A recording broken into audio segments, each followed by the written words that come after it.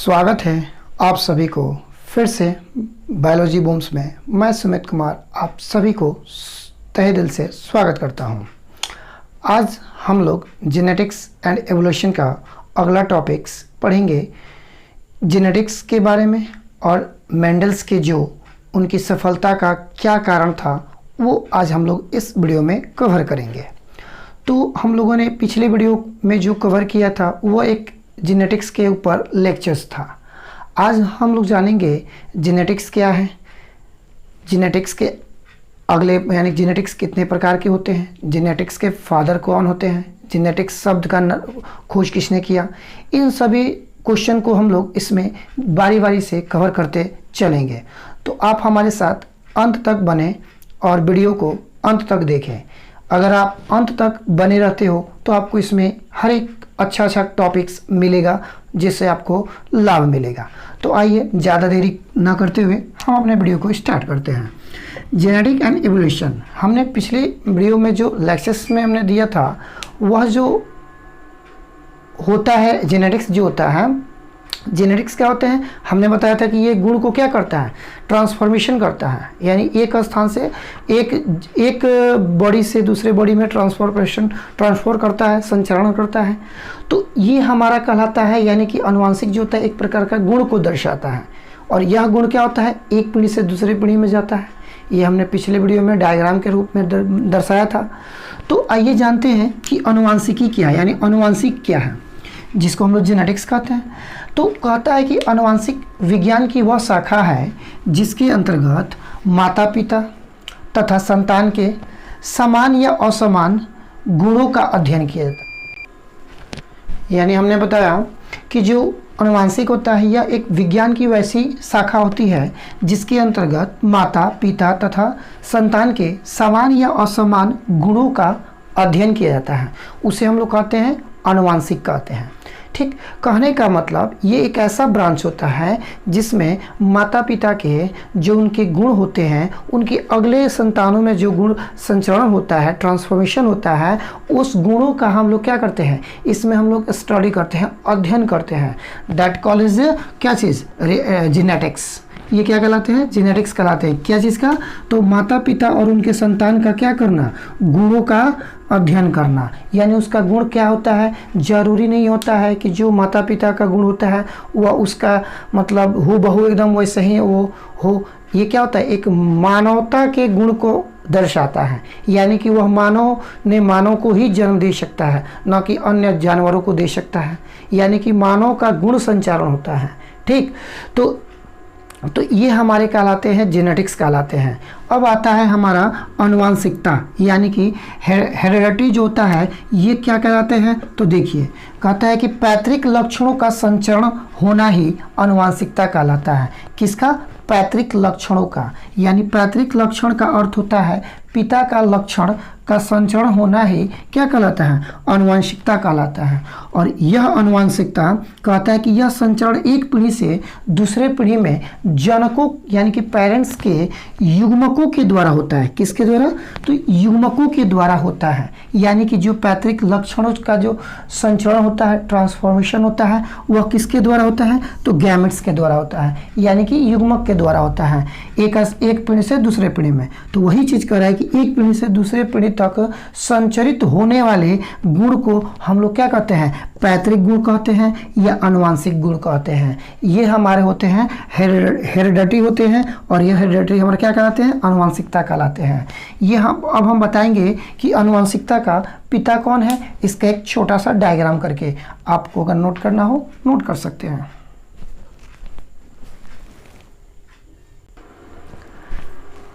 चलिए देख सकते हैं। अब जो हमने बताया जेनेटिक्स का कुछ क्या डायग्राम्स करके बता रहा हूँ कि इसके पितामह कौन होते हैं। तो जेनेटिक्स यानी कि आनुवंशिकी के पिता कौन है, ग्रेगर जॉन मेंडल। ये क्यों इनको कहा गया, क्योंकि इन्होंने एक साधारण सा मटर का चयन सिलेक्शन किया था और मटर के पौधे पर उन्होंने क्या किया, अपना निष्कर्ष निकालकर अपना एक क्रॉसिंग बताया, जो कि सबसे ज़्यादा मान्यता मिलने वाले वैज्ञानिक कौन थे, ग्रेगर जॉन मेंडल थे। इनकी सफलता का जो कारण था ये मटर का पौधा था। वो कौन सा मटर का पौधा था, तो बगानी मटर का पौधा था। यानी कि जो अपने बगान में उन्होंने मटर का सिलेक्शन करके 7 जोड़ी, यानी कि कितना जोड़ा इसमें 7 डिफरेंट टाइप्स के जोड़ी, यानी कि 7 पेड़ कहने का मतलब 14 अलग अलग प्रकार के पौधों को उन्होंने चयन किया था, यानी मटर में। जैसे कि अगर कोई एक लंबा पौधा को लिया तो उन्होंने इसका एक जस्ट अपोजिट वाला भी लिया, एक बौना ले लिया, यानी एक पीला रंग का लिया तो एक हरे रंग का लिया, एक फूली हुई लिया तो एक झुर्रीदार बीज लिया। तो इस तरह की यह सभी में 2-2 चीज़ को लेकर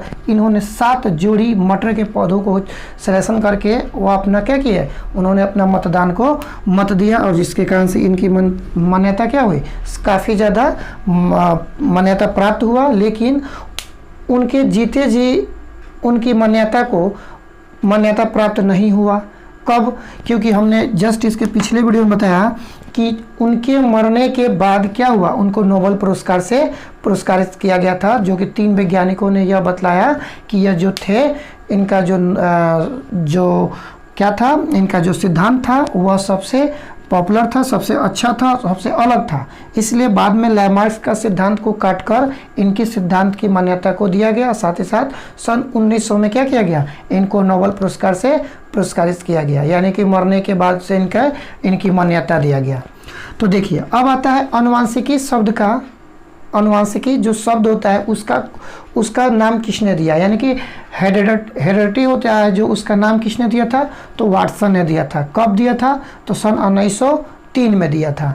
ये यानी कि अनुवांशिकी क्या होगा, ये अनुवांशिक के पिता होगा। ये अनुवांशिक शब्द का नाम किसने दिया था, वाटसन दिया था। कब दिया था, 1903 में दिया था।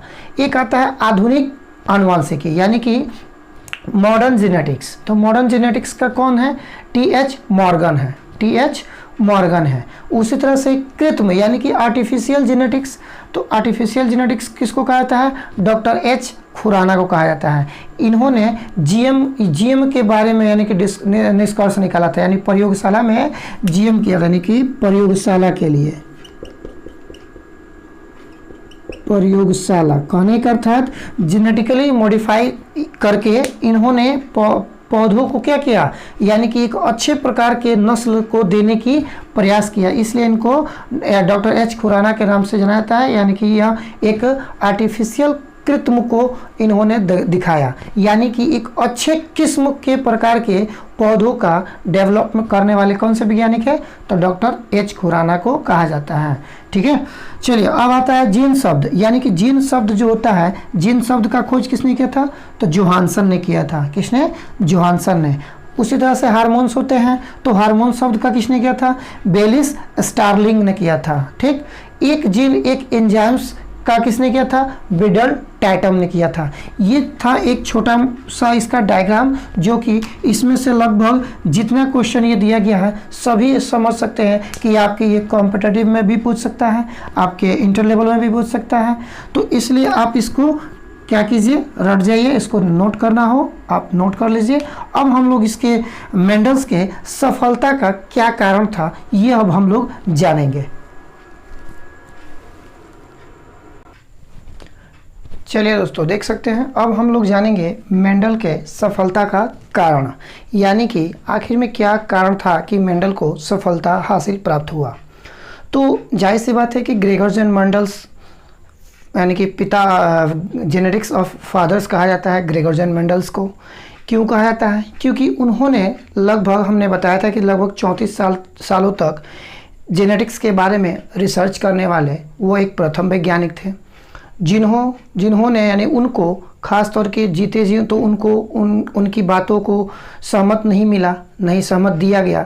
बट उनकी मृत्यु होने के बाद से उनकी क्या किया गया, उनका कदर किया गया, उनके सिद्धांतों का पालन किया गया, उनके सिद्धांतों को देखकर निष्कर्ष निकाला गया। तो उनके निष्कर्ष को देखा गया तो जब निष्कर्ष देखा गया तो देखा गया कि इनका जो सफलता का कारण था तो ये सफलता का कारण क्या था? तो एक मटर के पौधों का इन्होंने चयन किया, वो भी 7 जोड़ी का, अलग अलग टाइप्स का करके उन्होंने क्रॉस करके बतलाया। तो उस टाइम यानी कि जब इन्होंने हमने बताया था नेचुरल सिलेक्शन ऑफ कमिटी में क्या किया था, उन्होंने बतलाया था, दिखलाया था, तो उस टाइम उनको मान्यता नहीं दिया गया, उनकी बातों को केयर नहीं किया गया था।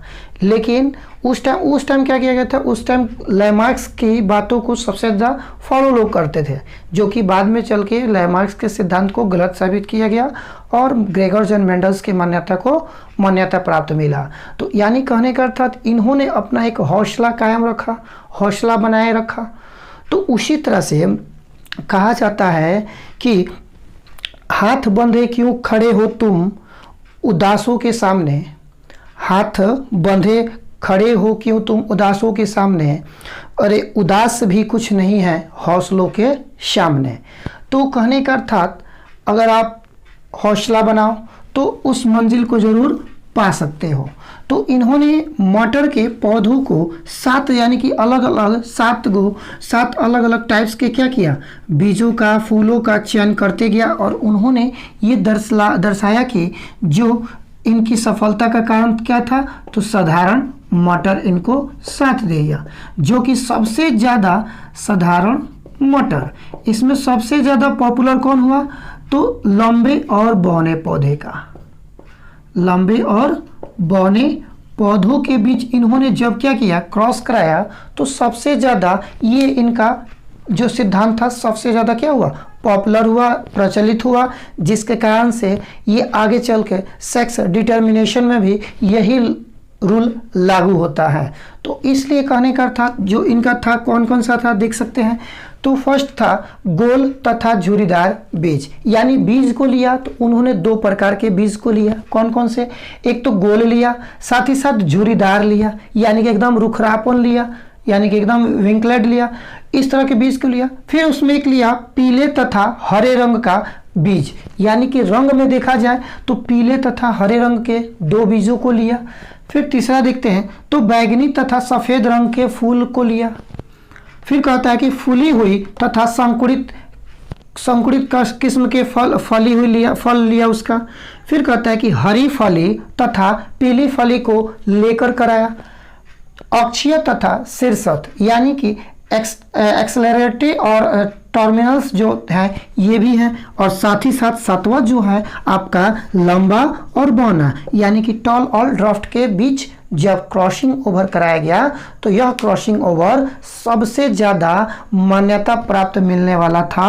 तो इसको यानी कि देखा हुआ तो सब ये तो सब तो मेंडले का है, लेकिन सबसे ज़्यादा देखा जाए तो लंबे और बौने पौधे पर ही रिसर्च उन्होंने किया और यह रिसर्च काफ़ी ज़्यादा प्रचलित हुआ। और इसी प्रचलित होने के कारण से जो भी क्रॉसिंग ओवर होता था तो इन्हीं के रूल के अकॉर्डिंग किया जाता था। जैसे सेक्स डिटर्मिनेशन को लीजिए, यानी लिंग निर्धारण को लीजिए, तो लिंग निर्धारण क्या होता है, इसी पर फॉलो करता है।